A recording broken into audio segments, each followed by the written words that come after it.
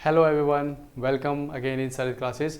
सो अब तक हमने जो पॉलिटी मॉड्यूल है वो 50% हमारा कवर हो चुका। पार्लियामेंट जैसे हमारा कंप्लीट हुआ उसके बाद अब देखिए, अब जो टॉपिक्स बचेंगे वो थोड़े छोटे छोटे टॉपिक होंगे और कुछ टॉपिक ऐसे होंगे जो हमारे कॉन्स्टिट्यूशंस में नहीं दिए हुए हैं बट वो एग्जाम पर्सपेक्टिव से काफ़ी इंपॉर्टेंट है। जैसे फॉर एग्जाम्पल जो आज का टॉपिक है हमारा cabinet committees and parliamentary committees. अब ये देखिए, ये जो टॉपिक है बेसिकली देखा जाए तो हम कॉन्स्टिट्यूशन को जब हम देखते हैं अपने आर्टिकल्स के अंदर तो वहाँ पे इनके रिगार्डिंग कोई ऐसा आर्टिकल स्पेशल नहीं दिया है जो कैबिनेट कमेटी से डिस्कस करता हो या फिर पार्लियामेंट कमेटी से डिस्कस करता हो। हालांकि पार्लियामेंट्री कमेटीज़ की जो डिस्कशन जो है कॉन्स्टिट्यूशन में आती है बट ऐसा नहीं है कि यहाँ पे स्पेशल प्रोविजन दिया गया हमारे संविधान के अंदर, ठीक है, कि भाई इस कमेटी के अंदर इतने मेंबर होंगे, ये नाम होगा उस कमेटी का। नहीं, ये सारा डिपेंड करता है कि ये आपको जो कॉन्स्टिट्यूशन का मैंने आपको पार्लियामेंट वाला चैप्टर कराया था तो उसमें मैंने आपको बताया था कि कहीं कहीं पे जो पार्लियामेंट्री कमेटीज़ का नाम भी आया था, ठीक है। तो वहाँ पे क्या होता है कि जो कमेटीज़ हैं हमें उसके अंदर अपने अकॉर्डिंग रूल्स और प्रोसीजर होता है, ठीक है, business rule of conduct of business जो हर हाउस का अपना अलग अलग होता है, उसके अकॉर्डिंग जो है वो अपनी ट्रांजेक्शन को ईजी करने के लिए, ठीक है, तो क्या करते हैं, कमेटीज़ बनाते हैं। तो आज हम इन कमेटीज़ को ही एक एक करके डिस्कस करेंगे। पहले हम डिस्कस करेंगे कैबिनेट कमेटीज़ को, उसके बाद हम डिस्कस करेंगे पार्लियामेंट्री कमेटीज़ को। तो कैबिनेट कमेटीज़ और पार्लियामेंट्री कमेटीज़ चैप्टर इजी है। क्वेश्चंस जो है पार्लियामेंट्री कमेटीज़ के ऊपर 2017 और 2019 2020 इन हर साल जो है इसमें से आया है क्वेश्चन, तो ये जैसे इंपॉर्टेंट हो जाता है। तो बात करते हैं सबसे पहले कैबिनेट कमेटीज़ की। देखिए, कैबिनेट कमेटीज़, अगर आपने पार्लियामेंट का मेरा चैप्टर जो है, जो लेक्चर है, उसको आपने अच्छे से देखा है तो आपको पता है मैंने उसमें ना आपको डिफ्रेंशिएट किया था कैबिनेट के मिनिस्टर्स, काउंसिल ऑफ मिनिस्टर और मिनिस्टर ऑफ स्टेट, ठीक है।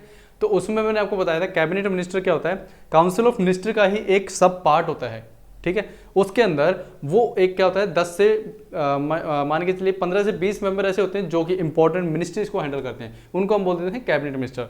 लेकिन काउंसिल ऑफ मिनिस्टर क्या होता है आपके, जिसमें deputy minister, minister of state सारे आ जाते हैं, क्लियर। और जितने भी पॉलिटिकल डिसीजंस होते हैं, ठीक है, पॉलिसीज जो बनती हैं वो आपके काउंसिल ऑफ मिनिस्टर या फिर कैबिनेट जो मिनिस्टर्स हैं उन्हीं में ही डिसाइड हो जाता है, ठीक है, वही डिसीजन लेते हैं। तो कैबिनेट कमेटी जैसे नाम से पता चल रहा है, ये इसमें कौन होंगे आपके, ऑब्वियस है जितने भी हमारे कैबिनेट के मिनिस्टर्स हैं वही होंगे। बट ऐसा नहीं है कि नॉन कैबिनेट मिनिस्टर नहीं होंगे। इसमें ये याद रखना है कि जो ऑपोजिशन पार्टी के जो मेंबर है वो नहीं होंगे कैबिनेट कमेटी में, ठीक है।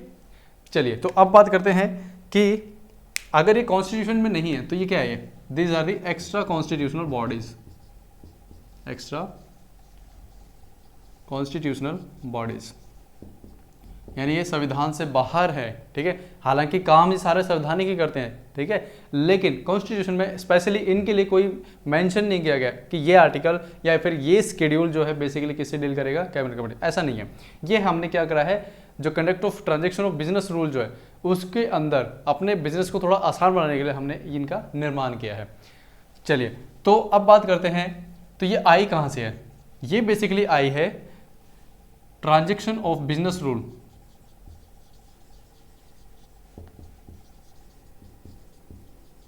ट्रांजेक्शन ऑफ बिजनेस रूल 1961 इस एक्ट के थ्रू, ठीक है। इसमें क्या होता है कि हर हाउस का अपना क्या है, एक रूल होता है बिजनेस को कैसे चलाना है। राज्यसभा का अपना अलग होगा और लोकसभा का अलग होगा, उसके अकॉर्डिंग जो है हर हाउस अपना काम करता है। तो इसमें जो है अगर आपने पार्लियामेंट का जो चैप्टर जो मैंने लेक्चर करवाया था उसके अंदर आर्टिकल नंबर जब मैंने 77 को डिस्कस किया था, ठीक है, जब हम या तो प्रेजेंट कर रहे थे उसमें आर्टिकल 77 को डिस्कस किया था और जब हम पार्लियामेंट कर रहे थे उसमें भी डिस्कस किया था।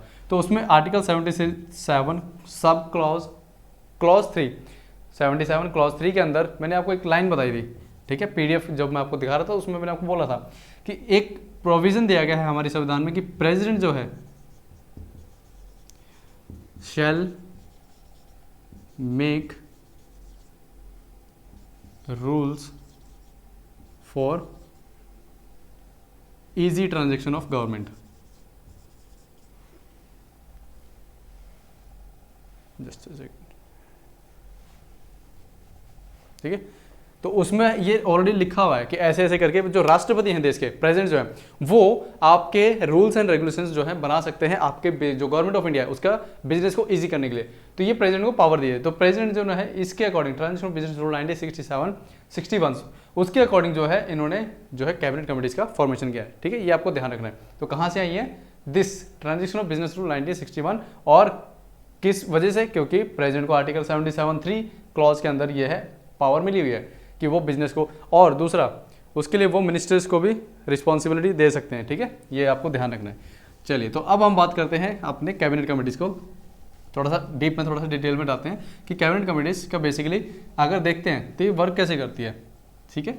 देखिए, लेट्स से मुझे 15 से 20 मेरे कैबिनेट मिनिस्टर हैं और बाकी जो बचे, मान लो टोटल, अगर आपको ध्यान हो मैंने एक ऐसे सर्कल बना के एक आपको समझाया था कि ये मेरा जो है 545 MPs का एक पूरा लोकसभा का हाउस है, ठीक है। अब इसके अंदर ये तो पूरे 545 हो गए, जिसमें ऑपोजिशन के मेंबर भी हो गए, सब हो गए, लेकिन मैंने 545 जो लोकसभा के मेंबर बताए ये सारे क्या हैं, MPs हैं, यानी कि रिस्पेक्टिव टेरिटरीज से अंदर से जीत के आए हैं इंडिया के अंदर, पूरी टेरिटरी में से, चाहे वो यूटी हो चाहे आपके नॉर्मल स्टेट्स हो।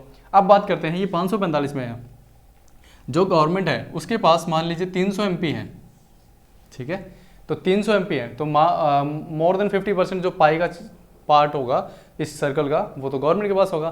तो मैं कह सकता हूँ कि लेट्स से ये है सेंटर, यहाँ से लेकर के और ये जो पार्ट बच गया आपका, ठीक है, ये वाला, मैं कह सकता हूँ कि ये किसका है, 300 MPs जो बच गए आपके गवर्नमेंट के, वही आ गए यहाँ पे।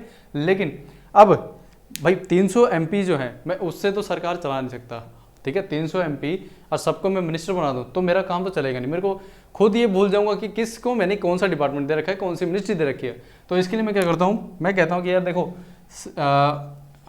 कॉन्स्टिट्यूशन जो अमेंडमेंट किया था हमने 2003 में, तो उसमें मैंने क्या बोला था कि 15% से ज़्यादा जो है आपकी स्ट्रेंथ नहीं जानी चाहिए। 545 का 15% स्ट्रेंथ निकाल लीजिए, वो आपका क्या बन जाएगा, लेट्स से कि यहाँ पे ये जो मैंने ब्लू लाइन लिखी है, इसका अपर वाला जो पार्ट है ये आपका क्या बन गया, 15% स्ट्रेंथ। आप क्या करोगे इसमें, अब इसको बना लोगे काउंसिल ऑफ मिनिस्टर, ठीक है। काउंसिल ऑफ मिनिस्टर बना लिया। अब काउंसिल ऑफ मिनिस्टर मान लीजिए मैं कहता हूँ कि इसका 15% जब मैंने निकाला तो 55 और प्लस में 5, तो ये आपका चला जाएगा 70 के आसपास, ठीक है, 70-80 के आसपास। तो अब 70-80 जो मेरे पास मिनिस्टर्स आएंगे, मेरे को तो सबसे काम तो है नहीं, मेरे को चाहिए कुछ खास क्रीम जो कि टॉप मिनिस्ट्रीज को हैंडल करें। बाकी छोटे मोटे काम तो ठीक है वो देखते नहीं है, लेकिन जो रोज़मर्रा की जो गवर्नमेंट का फंक्शन होता है, गवर्नेंस कंट्री के अंदर चलाते हैं हम लोग, उसके अंदर तो भाई मुझे तो कुछ चुनिंदा ही लोग चाहिए। अब मैं क्या करता हूँ, मेरे माइंड में एक क्वेश्चन यहाँ पे आता है कि यार एक काम करता हूँ, इसके अंदर ना और छोटा सा पार्ट ऐसे, ये वाला जो है ना, ये वाला, ये इसको मैं बोलता हूँ कि भाई ये जो है ना 15 से 20 सदस्य आउट ऑफ 80 लगा लो, ठीक है, कि 80 में से 15 से 20 मेंबर मैं ऐसे करता हूँ जो फाइनेंस मिनिस्ट्री, ठीक है, defence ministry, home ministry, external affairs ministry, ऐसे मंत्रालय को देखेंगे। अब मैं क्या करूँगा, इनको बोलूँगा कि भाई ये जो 15 से 20 मेरे खास मंत्री जो बने हैं ये होंगे मेरे क्या, कैबिनेट मिनिस्टर्स, ठीक है, इन्हीं को बोलते हैं कैबिनेट मिनिस्टर। ये आपको ध्यान रखना है, ये आपको अगर समझ में आ गया तो council of minister, cabinet minister, ये इनमें आपको कभी दिक्कत नहीं आएगी, ठीक है। हालांकि क्या होता है जब हम पॉलिटिकल आर्ट्स बैकग्राउंड से नहीं होते हैं, ठीक है, तो बच्चों को इसमें कन्फ्यूजन होती है, काउंसिल ऑफ मिनिस्टर कहीं पर लिखा है, कहीं पर कैबिनेट मिनिस्टर लिखा है, तो वो फर्क क्या है दोनों में? फर्क यही है कि काउंसिल ऑफ मिनिस्टर पूरा एक बड़ा ग्रुप है, उसके एक छोटा सा सब पार्ट क्या है, आपका कैबिनेट मिनिस्टर है, ठीक है। तो आपको ये ध्यान रखना, ये 15 to 20 जो आपका कैबिनेट मिनिस्टर है बेसिकली पार्ट किसका है, ये काउंसिल ऑफ मिनिस्टर का ही है। बट ये क्या होता है, ये स्पेशल फंक्शन करते हैं कि ये अपना सारा डिसीजन जो है, जो मेजोरिटी पोर्शन जो होता है पॉलिसीज का, वो सारा इन्हीं से डिसाइड हो जाता है, ठीक है। पीएम इनके साथ बैठ के मीटिंग करते हैं और कैबिनेट, जैसे बोलते हैं कैबिनेट मीटिंग में ये पास हो गया, कैबिनेट मीटिंग में पीएफ की जो इंटरेस्ट रेट है उसको बढ़ा दी गई, कैबिनेट मीटिंग में 7th पे कमीशन के अकॉर्डिंग ये डिसीजन लिया। तो वो कैबिनेट कमेटी का मतलब यही होता है कैबिनेट की मीटिंग, यानी कि इन 15 से 20 मेंबर प्लस में इनके अंदर क्या है, पीएम भी आ गया आपके, तो वो आपके क्या होते हैं, मीटिंग करते हैं और उसमें डिसीजन करते हैं। क्लियर, इतना आपको मैंने आपको लेक्चर में ऑलरेडी समझा दिया था। चलिए, तो अब बात करते हैं ये जो 15 से 20 मिनिस्टर्स होंगे, ठीक है, ये क्या है, कैबिनेट मिनिस्टर। अब जो ये मिनिस्टर्स होंगे इन्हीं को क्या है, आपको रिस्पेक्टिव मिनिस्ट्री के तहत एक मीटिंग करने के लिए, ठीक है, एम्पावरमेंट में दी जाएगी कि आप जो है पर्टिकुलर मिनिस्ट्री जो है अपनी एक क्या करेगी, कैबिनेट मीटिंग करेगी, ठीक है। उसके अंदर जो है अलग अलग मिनिस्टर्स जो है इंक्लूड कर सकते हो आप, ठीक है, मिनिस्टर ऑफ स्टेट हो गया, लेकिन उसमें क्या होगा, आप जो है जो इंपॉर्टेंट डिसीजन है, मान लीजिए 15 से 20 के अंदर मैं मान लेता हूँ मैंने एक कमेटी बनाई, ठीक है, कमेटी किसके नीचे, होम अफेयर्स, होम मिनिस्ट्री लगा लीजिए। होम मिनिस्ट्री का भी होम मिनिस्टर कौन है अभी हमारे कंट्री के, यूनियन गवर्नमेंट के, that is mister Amit Shah. तो अमित शाह जी जो हैं अब इनके नीचे यहाँ पे ये जो है ये चेयरमैन होंगे अपनी कमेटी के, जो होम मिनिस्ट्री के नीचे बनेगी, ठीक है। अब इसके नीचे जो है ये डिपेंड करता है कि कितने जो है मेंबर्स को इंक्लूड करता है, ठीक है। और ये इसके जो मेंबर्स हैं, ठीक है, ये अपॉइंटमेंट कौन करता है, ये आपको ध्यान रखना है, प्राइम मिनिस्टर, ठीक है। तो जो हमारी अभी एक एक करके सारा डिस्कस करते हैं कि कितनी कमेटियाँ हैं, सो ऑन, ठीक है। चलिए, तो इतना आपको समझ में आ गया ना, ये वाला सर्कल का जो पाइप कैसे कैसे क्या काउंसिल मिनिस्टर और कैसे कैबिनेट मिनिस्टर, ये इंपॉर्टेंट है। ये समझ में आ गया तो आपको कैबिनेट कमेटी समझने में कोई ज़्यादा दिक्कत नहीं आएगी। चलिए, तो अब हम बात करते हैं किसकी, जो हमारी कैबिनेट कमेटीज़ हैं उसकी कुछ इंपॉर्टेंट बातों की। सबसे पहले नंबर 1, जो कैबिनेट कमेटीज़ है इसके अंदर आपको ध्यान क्या रखना है, ये जो है मैंने आपको पहले ही बता दिया क्या है ये। Number 1, these are extra constitutional, extra constitutional यानी कि संविधान से बाहर है, संविधान के अंदर इंक्लूड नहीं है। उसके बाद यहाँ पे सेकंड नंबर पे क्या है और कैसे बनाई गई, ये मैं बता चुका हूँ, ठीक है। बिजनेस ट्रांजैक्शन जो रूल होते हैं उसके अकॉर्डिंग, और किसको एम्पावरमेंट दी गई बिजनेस के लिए, रूल बनाने के लिए प्रेसिडेंट को, ये आपको ध्यान रखना है। उसके बाद में आपको ये याद रखना है, ये 2 तरीके की हो सकती हैं जो कमेटीज़ हैं, 2 टाइप्स। कौन कौन सी, एक तो आपकी हो सकती है वो एडहॉक, ठीक है, और दूसरी कौन सी होती है आपकी स्टैंडिंग कमेटी। इनमें फ़र्क क्या वो बता देता हूँ, एक है एडहॉक और दूसरी है स्टैंडिंग। अब देखिए, एडहॉक कमेटियाँ जो होती हैं ये होती है टेम्परेरी नेचर की,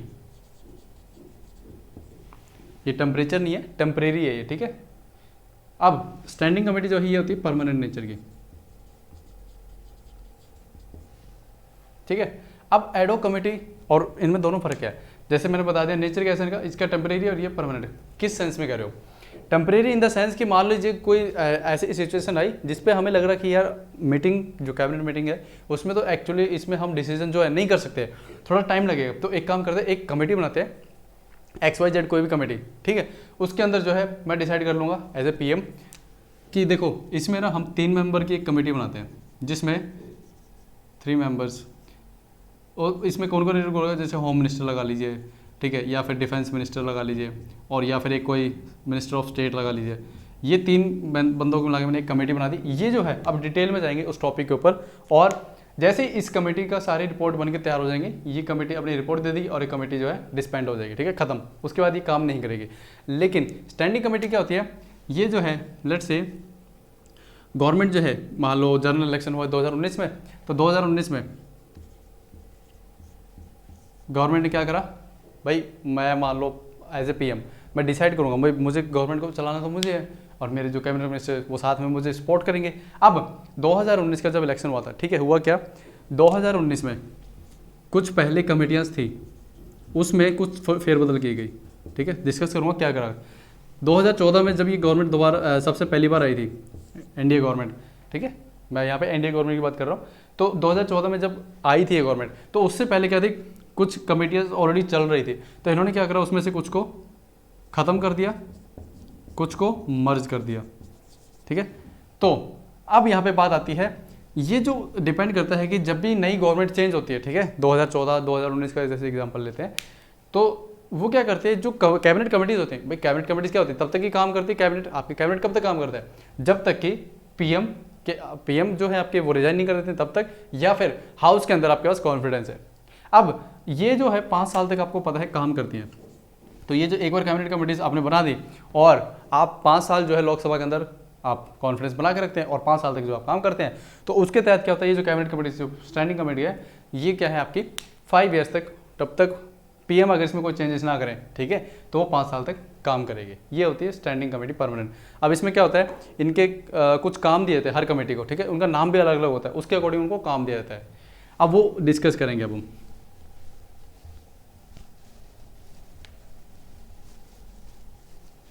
देखिए, तो अभी तो पहले हम कुछ इंपॉर्टेंट बातें के बारे में, सबसे पहले एक्स्ट्रा कॉन्स्टिट्यूशन है, दूसरा 2 टाइप्स की हो सकती हैं। उसके बाद में आपको एक ये याद रखना है, यहाँ पे इसके अपॉइंट कौन करता है, ये आपको सबसे इंपॉर्टेंट इसमें पूछा जाता है कई बार एग्जाम्स में, कि क्या होम मिनिस्टर करते हैं कैबिनेट कमेटीज़ के गठन। कैबिनेट कमेटीज़ का गठन कौन करता है, हमारे PM करते हैं। और PM जो है वो ऑलरेडी जो मैं आपको बता चुका हूँ, वो डिपेंड करता है कि उनको लगता है कि भाई अगर ये मैटर थोड़ा इंपॉर्टेंट है तो हमें इससे रिलेटेड कमेटी बनानी चाहिए। जैसे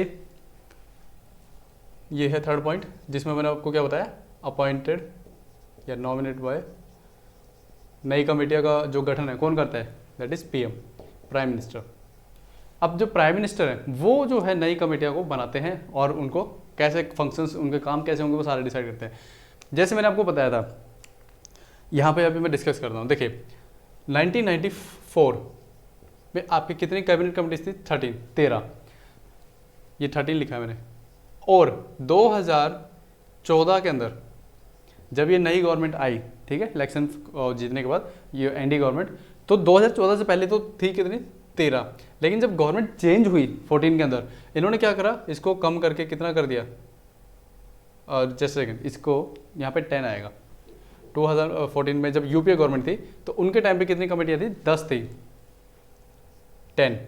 अब जब ये गवर्नमेंट आई एनडीए गवर्नमेंट, तो इन्होंने इसको कम करके कर दिया 6। अब ये क्या हुआ, इन्होंने बोला कि देखो ये 10 कमेटियाँ है ना, इसमें क्या होता है कि काम जो है वो बट रखा है, ज़्यादा बांट रखा है। कैसे, जैसे एक इन्होंने बोल रखा था कैबिनेट, मैं सीसी लिख रहा हूँ, सीसी मतलब cabinet committee, cabinet committee on let's say, इसमें था एक आपका प्राइजेस, ठीक है, कि कैबिनेट कमेटी जो है एक स्पेशल बना रखी थी कि जो सिर्फ और सिर्फ कंट्री में प्राइजेस को देखेगी, प्राइस इन्फ्लेशन ज़्यादा हो रहा है या उसके रिलेटेड। और एक कैबिनेट कमेटी और थी, that is cabinet committee on economic affairs, economics affairs. तो यहाँ पे ये बोला गया जब भी गवर्नमेंट आई 2014 में कि भाई प्राइजेस जो है ऑटोमेटिक, इकोनॉमिक अफेयर्स, भाई इकोनॉमिक अफेयर्स का काम क्या है, कंट्री के अंदर इकोनॉमी को देखना, तो यही काम ये क्यों नहीं कर सकती, ठीक है। तो उन्होंने क्या करा, इसको हटाकर इसको मर्ज कर दिया इसी के अंदर, ठीक है। तो यानी कि हट गई, तो ऐसे करके इन्होंने जो है 10 से 6 कर दिया। अब जब ये 2019 में ये गवर्नमेंट दोबारा आई, एनडीए गवर्नमेंट 2019 में, तो इन्होंने क्या करा, जो 6 थी, इन्होंने बोला कि अब जो है हमारा काम थोड़ा सा और बढ़ गया है, हमें इसको 6 से बढ़ा के कितना कर दिया, 8 कर दिया।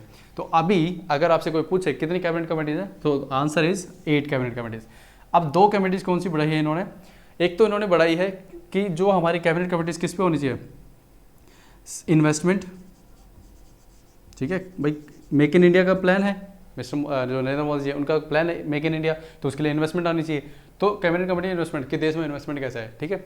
एक था cabinet committees on skill development, ये 2 कमेटी इन्होंने नई बनाई है, स्किल डेवलपमेंट। तो ये आपको ध्यान रखना है, 6 ऑलरेडी थी 2014 में, ठीक है। उसके बाद 2014 से 2019 में दोबारा आए, तो इन्होंने 2 कमेटीज और बढ़ा दिए, और अभी कितनी स्ट्रेंथ है हमारी कैबिनेट कमेटीज की, दैट इज 8। चलिए, तो इसके बाद ये तो हमने देख लिया कि पीएम अपॉइंट करते हैं, पीएम के ऊपर ही सारा डिपेंड करता है, ठीक है। ऐसा नहीं कि किसी मिनिस्टर ने बोला कि चलो हमें कैबिनेट कमेटी, नहीं, the decision is of the prime minister. Prime minister को लगता है कि मुझे अपना बिजनेस जो है, गवर्नमेंट को जो गवर्नेंस करने में थोड़ी प्रॉब्लम आ रही है, तो हम उसके अकॉर्डिंग जो उसके अंदर गवर्नेंस के लिए नई कैबिनेट कमेटीज का गठन भी कर सकते हैं, और मर्ज भी कर सकते हैं या खत्म भी कर सकते हैं, ये आपको ध्यान रखना है। अब बात आती है इसमें मेंबर की स्ट्रेंथ, मेंबर की स्ट्रेंथ कितनी होती है। तो जैसे मैंने आपको बोला कि पीएम डिसाइड करते हैं, तो इसमें 3 to 8, ऐसा फिक्स नहीं कि 3 से 8 होगा ही होगा, हो सकता है 3 हो, किसी में 4 हो, किसी में 8 हो, ये डिपेंड करता है सारा पीएम के ऊपर कि पीएम किस में कितना मेंबर देते हैं, ठीक है। और अगर मान लीजिए किसी कैबिनेट कमेटी के अंदर, जैसे होम मिनिस्ट्री है और होम मिनिस्ट्री की कोई कैबिनेट कमेटी बनती है, तो जो होम मिनिस्टर होंगे वो ऑटोमेटिक उस कैबिनेट कमेटी के क्या बन जाएंगे, चेयरमैन।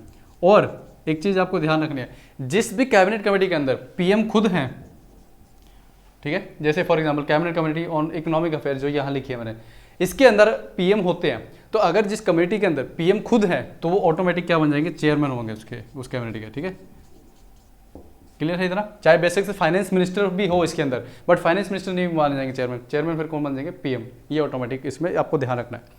ऐसे ऐसे ही क्वेश्चन जो है आपसे पूछा जाता है ऑप्शंस के अंदर, आपको बस कंफ्यूज नहीं होना है, बस एक बार चीज़ों को समझ लीजिए, ठीक है। तो इससे क्या होगा, आपका जो है ये टॉपिक अब ज़्यादा लेंथी नहीं है, मैं इसको अगर चाहूँ ना तो ये अभी जस्ट 5 मिनट्स के अंदर आपका लेक्चर कंप्लीट कर चुका था।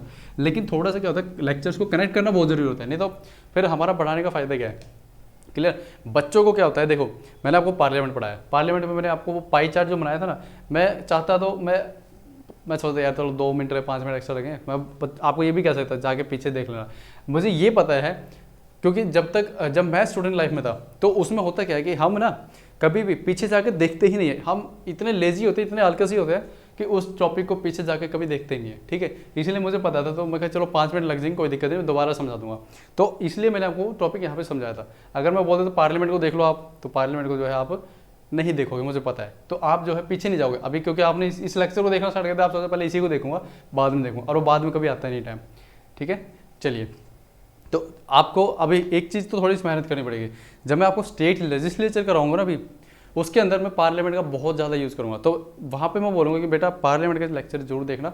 उसके अंदर जो है आपका स्टेट लेजिस्लेचर जो है ना, आपका मान के चलिए पूरा एक तरीके से कॉपी है, जो पार्लियामेंट के प्रोविजन थे, बस आर्टिकल नंबर चेंज होगा और कुछ नहीं चेंज होगा, ठीक है। तो इसलिए जो है आपको स्टेट लेजिस्लेचर जो है, जो मैं एक ही लेक्चर में करवा दूंगा, लेकिन आपको मैं वहाँ डिटेल में नहीं करूँगा, ठीक है, ये आपको ध्यान रखना है। चले, तो हमने मेंबरशिप की भी बात कर ली है, और ये भी बता दिया कि अगर जिस कमेटी के अंदर चेयरमैन जो पीएम खुद मेंबर है तो वो उसके चेयरमैन बन जाएंगे। अदरवाइज जिस मिनिस्ट्री के जो हेड हैं, जो मिनिस्टर हेड है जिस मिनिस्ट्री के, अगर उसके नीचे कोई कैबिनेट कमेटी बनती है तो वो उसके चेयरमैन बन जाएंगे, ये आपको ध्यान रखना है, ठीक है। चलिए, तो अब जो हम बात करेंगे वो बात करेंगे कैबिनेट कमेटीज जो अभी फिलहाल हैं हमारी। सबसे पहले मैंने आपको बता दिया, ये डिपेंड करता है हर 5 साल में, अगर मान लीजिए 5 साल, 10 साल, 15 साल, 20 साल, मान लो 20 साल तक एक ही गवर्नमेंट आपकी जीतती आ रही है, तो उसके ऊपर क्या है, ज़्यादा इतना फर्क नहीं पड़ेगा, तो कैबिनेट कमेटी जैसे चलते हैं चलाते रहेंगे।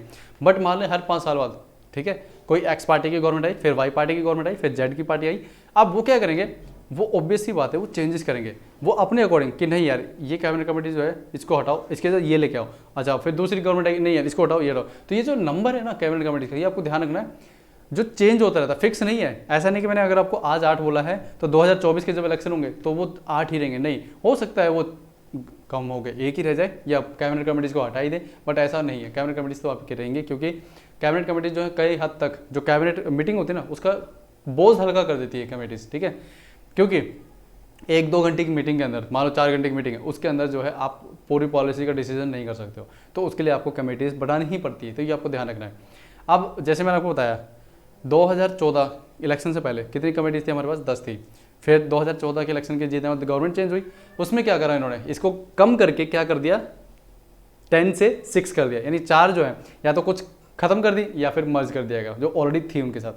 अच्छा, 2019 के अंदर जब नए इलेक्शन हुए दोबारा से, फिर क्या करा कि अभी जो है 2 कैबिनेट कमेटीज नई बनाई गई, जो मैंने अभी आपको यहाँ पर लिख के बता दिया था, ठीक है। तो अभी जो है मैं जितनी भी कैबिनेट कमेटीज हैं फिलहाल अभी तक हमारे देश में, उसके मैं अभी यहाँ पे नाम लिखूंगा, और आपको जो है एज इट इज़ ही लर्न होना चाहिए। फिर मैं उनके क्या काम है इन कमेटीज़ के, ठीक है, वो डिस्कस करूँगा। सबसे पहले नंबर पे आपका याद रखना है, ये मैं बात कर रहा हूँ आफ्टर 2019 के इलेक्शन के बाद, और अभी भी यही चल रहा है, ठीक है, ऐसा नहीं इसमें कोई चेंजेस हो गए आफ्टर 2019। सबसे पहली जो कैबिनेट कमेटी होती है, मैं यहाँ पे सीसी लिखूंगा, ठीक है, सीसी का मतलब आप समझ रहे हैं ना, ये कैबिनेट कमेटीज, ठीक है। चलिए, तो सबसे पहले आता है cabinet committee on political affairs,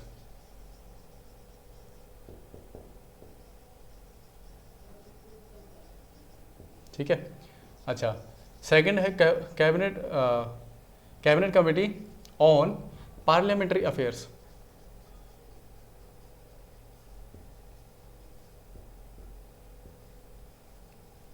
parliamentary affairs. Third number पे आता है आपका cabinet committee on economic affairs, ठीक है। उसके बाद अब देख ले, अगर नहीं दोबारा बोल देता हूँ, cabinet committee on political affairs, ठीक है, अगर आपको नहीं दिखा हो तो cabinet committee on parliamentary affairs, cabinet committee on economic affairs, ठीक है। अब उसके बाद 4th नंबर पे आती है कैबिनेट कमेटी ऑन सिक्योरिटी, ठीक है। उसके बाद टोटल हमारी कितनी है, 8 है। तो उसके बाद अब आती है पार्लियामेंट्री अफेयर्स हो गया, ठीक है, cabinet committee on accommodation, cabinet committee on accommodation,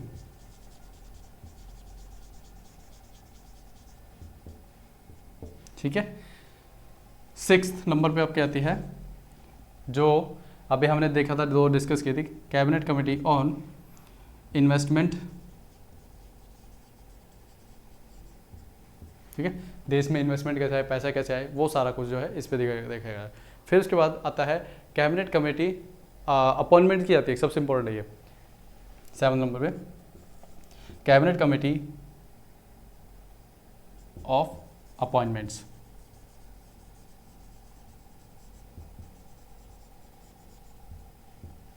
ठीक है, cabinet committee of investment, cabinet committee of appointments. और एक जो अभी लास्ट 8th जो नई बनी है वो है कैबिनेट कमेटी ऑन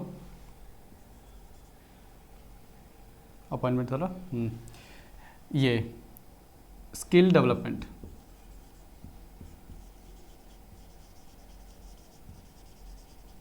ठीक है, तो ये है अभी एग्जिस्टिंग हमारी 8, जिसमें से ये वाली और ये वाली, ये 2 नई बनी है। आपको ये ध्यान रखना है, एग्जाम में पूछा जा सकता है आपसे कि कौन सी जो है इनमें से अभी नई बनी है।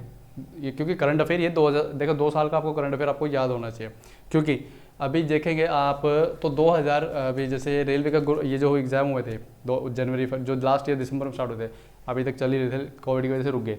तो उसमें जो है ना ये क्वेश्चंस पूछे गए थे 2018 के 2019 के कि कौन सी मिसाइल जो है इस महीने में छोड़ी गई थी। तो देखिए मैं ये नहीं कह रहा हूँ कि सिर्फ सिविल सर्विसेज के लिए आपको 2 साल के, नहीं, कोई भी एग्जाम आप देखेंगे ना तो लास्ट 2 ईयर्स के जो करंट अफेयर वो उठाते हैं। तो अब आपको देख लिए ये 2019 का करंट अफेयर है। अब आप बोलोगे सर ये तो 2021 चल रहा है, तो हमें इतना इसमें क्या है क्वेश्चन आ सकता है, मैं मना थोड़ी कर रहा हूँ नहीं आएगा। तो आपको ये याद रखना कि नई कौन सी बनी है, एक तो कैबिनेट कमेटी ऑन इन्वेस्टमेंट, ठीक है, and cabinet committee on skill development. Clear, इसके अंदर एम्प्लॉयमेंट भी आएगा, ठीक है, cabinet committee on employment and skill development, यानी कि देश में रोजगार कैसे बढ़े, रोजगार बढ़ने के लिए आपके पास लोगों के पास स्किल होनी चाहिए, स्किल होगा तो ऑटोमेटिक रोजगार भी बढ़ेगा। देखिए बात आती है कि एक आर्टिकल आया था, काफ़ी टाइम हो गया उसको, तो उसमें ये बोला गया था कि जो इंडिया के अंदर जॉब जो है, जॉब मार्केट जो है इतना खाली क्यों है।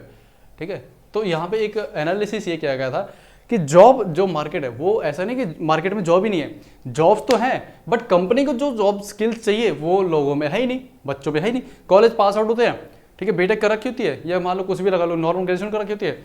अब कंपनीज को जो स्किल चाहिए, कम्युनिकेशन स्किल्स, उसके बाद आपके डिजिटल स्किल्स, कुछ है ही नहीं लोगों बच्चों को।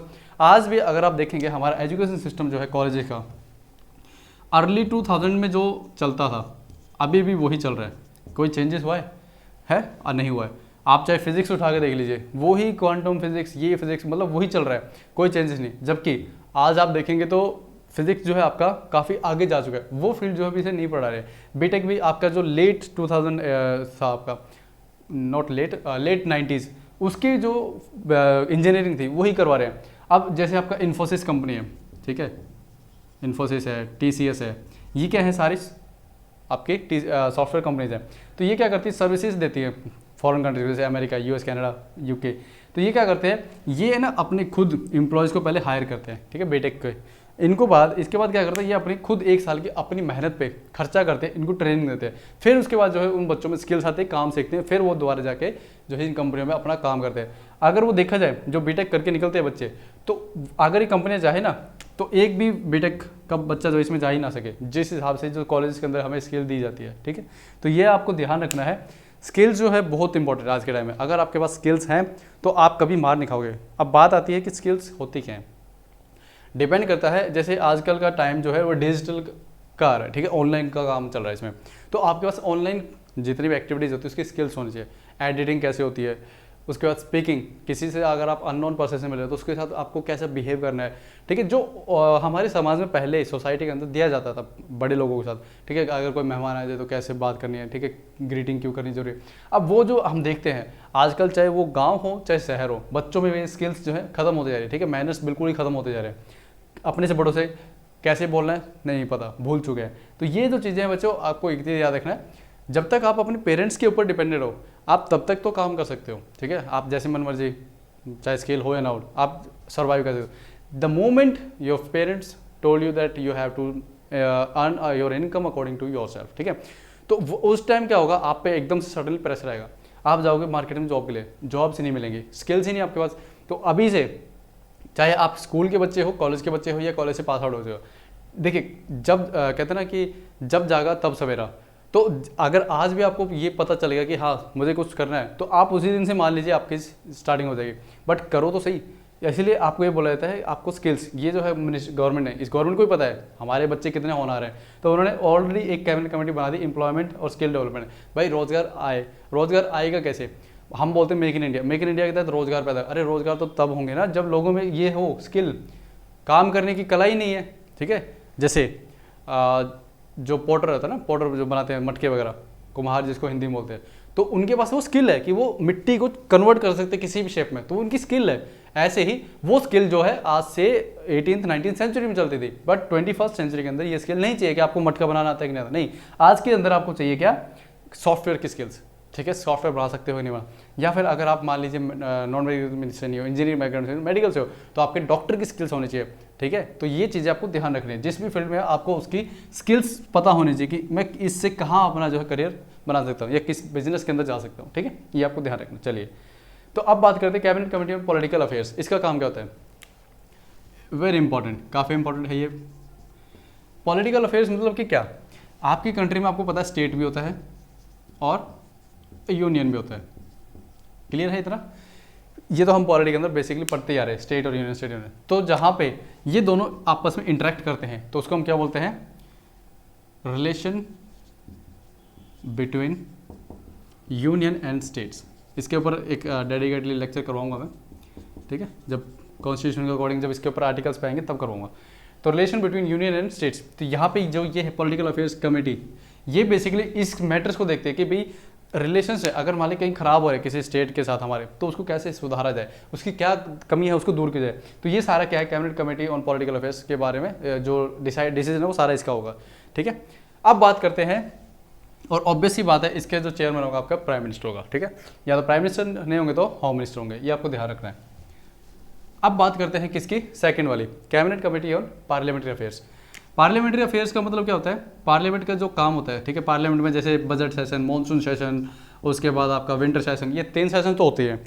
अब उसके अंदर कितनी मीटिंग होगी, किस किस मेंबर्स को बिल जो कॉपी उसकी मिल गई है, किस मेंबर की सीटिंग कहाँ होगी, कहाँ बैठेगा, किस मेंबर का बिल कब स्पीकर को दिया जाएगा, ये सारा डिसीजन जो है पार्लियामेंट्री अफेयर्स कमेटी जो है वो डिसाइड करती है, ठीक है।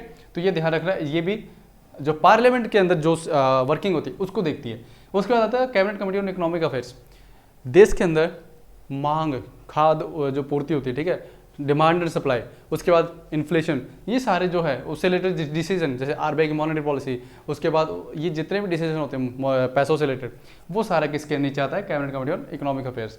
इसमें पीएम ही जो आपके चेयरमैन होते हैं, और इसमें जो आपके फाइनेंस मिनिस्टर होते हैं वो इसके अंदर मेंबर होते हैं। उसके बाद है कैबिनेट कमेटी ऑन सिक्योरिटी।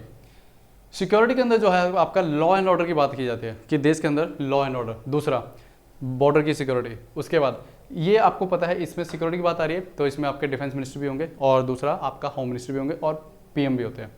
बात आती है अकोमोडेशन। अकोमोडेशन होता है कि रहाइश, ठीक है, जैसे आप कहीं रहते हो तो उसको बोलते हैं अकोमोडेशन, आप कहाँ रहते हो। तो अकोमोडेशन का मतलब ये होता है कि जो मंत्री हैं उनको घर कैसे, किस मंत्री को कौन सा घर मिलेगा, कहाँ मिलेगा, ठीक है। दूसरा, अगर मान लीजिए कोई मिनिस्टर नहीं है या कोई एमपी नहीं है बट उसको सरकारी अकोमोडेशन दिया जा रहा है तो उससे रेंट कितना लिया जाए, ये सारा डिसीजन जो है कैबिनेट कमेटी ऑन अकोमोडेशन के तहत होता है। उसके बाद cabinet committee on investment and growth, इसका मतलब ये होता है कि देश के अंदर पैसा आए बाहर से, ठीक है, कंपनियां इन्वेस्ट करें या फॉरेनर्स इन्वेस्ट करें, ये सारा डिसीजन, कैसी पॉलिसीज बनाए हम, वो सारा क्या है, किस कमेटी के तहत आता है, cabinet committee on investment and growth.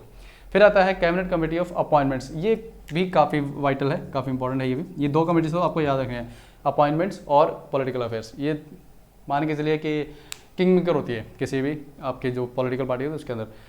अब देखिए अपॉइंटमेंट्स का मतलब क्या होता है, आपके जितने भी पब्लिक सेक्टर अंडरटेकिंग्स है उसकी जो टॉप बोर्ड्स होती है ना, जैसे आपके कहते हैं ना बैंकिंग सेक्टर के अंदर अभी जैसे एसबीआई बैंक के चेयरमैन है उनका अपॉइंटमेंट, उसके बाद जैसे आपका आरबीआई गवर्नर का जो अपॉइंटमेंट है वो कैसे कौन करेगा, वो सारे इस कमेटी के तहत होता है, ठीक है।